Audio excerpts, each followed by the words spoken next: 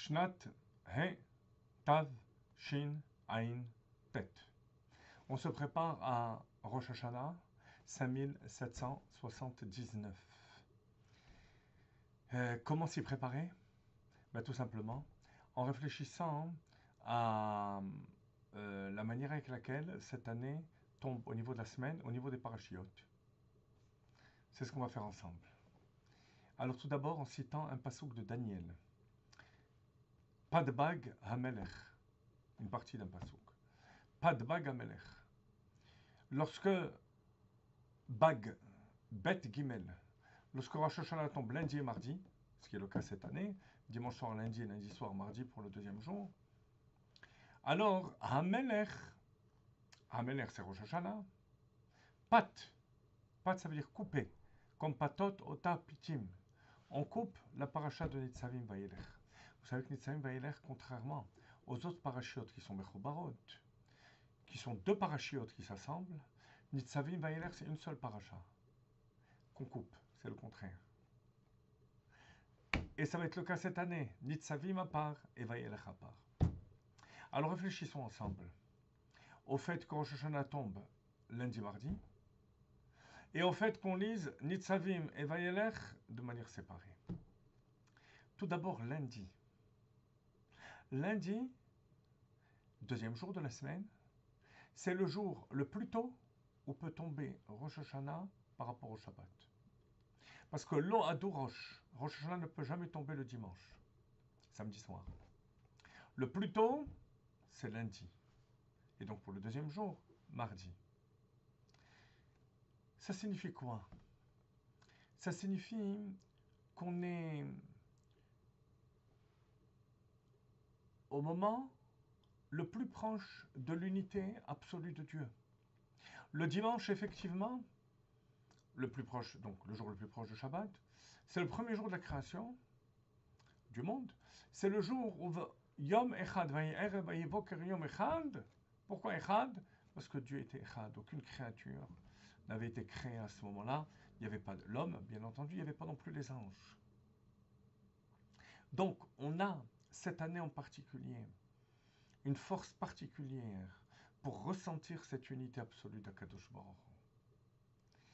Alors, vous allez vous demander, mais dans ce cas-là, pourquoi est-ce que ça ne tomberait pas le dimanche? Comme lors de l'année de la création, où le monde a commencé à être créé le dimanche. Parce qu'il y a l'avoda de l'homme, le travail de l'homme. Le fait que dimanche soit l'unité d'Akadosh Baruch Hu, mais qui est imposée par en haut, ne suffit pas. Il faut passer par le deuxième jour, qui représente la dualité. Dualité, donc l'homme. Lors de la création, c'était les anges qui ont été créés, d'après certains le lundi, d'après d'autres le jeudi. En tous les cas, la création a commencé. Et que malgré tout, on arrive à la sensation de l'unité absolue d'Akadosh Baruch Hu. C'est ça ce qu'on nous demande cette année. C'est-à-dire arriver à la conscience de l'unité la plus forte d'Akadosh Baruch Hu de par nous-mêmes. Voilà le signe de cette année. Ensuite, Nitzavim et Vayelech qui vont être séparés. Qu'est-ce que Nitzavim et Vayelech? Nitzavim, Atem Nitzavim Hayom Kulchem, on parle de la faculté, des facultés et du potentiel du peuple juif. Vous êtes tous devant Akadosh Baruch Hu. Et on cite les 10 niveaux du peuple juif. Quel que soit notre niveau, on est unis avec Akadosh Baruch Hu. Ça, c'est Nitzavim. C'est ce que Dieu nous donne par en haut.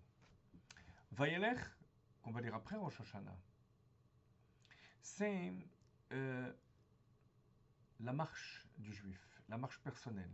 Celle de Moshe Rabbeinu, dans la paracha, et à travers Moshe Rabbeinu, le Moshe Rabbeinu qui est en nous, qui fait qu'on avance par nos propres forces. Alors parfois, les deux vont ensemble. C'est la qualité du juif qui fait qu'il avance. La qualité qui lui a été donnée par en haut. Mais on vient de dire que cette année, pas de bag à Melech, c'est le travail personnel De même, on va mettre Nitzavim à part, c'est-à-dire les forces qu'on reçoit par en haut à part, et la Avoda, le travail de Bayelech, à part, pour bien signifier que c'est le travail personnel qui est essentiel. Donc voilà, chers amis, en quelques mots, pour que ça reste bien à l'esprit, ce Rosh Hashanah, Tav, Shin, Ain, Tet, c'est en même temps la conscience la plus forte de l'unité d'Akadosh Baruch Hu, et en même temps que cette conscience vienne par notre travail personnel. Que le Vayelech soit un travail personnel qui ne découle pas directement des forces qu'Akadosh Baruch Hu nous donne par en haut. Et on espère, comme la Gemara dit, Israël aussi une tchouva, ou miyad haen nigalim. Israël fait tchouva. Tchouva, c'est le travail par en bas. Et immédiatement, ils sont délivrés, que ce soit une Shnat Geoula, une année de délivrance de tous nos problèmes. Tachel Shana ou Birkoteha, que l'année commence avec ses brachot pour toute l'année.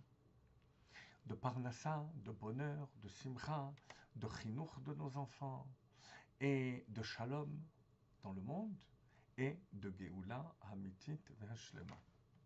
Shana Tova Tikatevu Vetechatemu, Shabbat Shalom avant ça, et qu'on ait une Shana Tova Umtuka.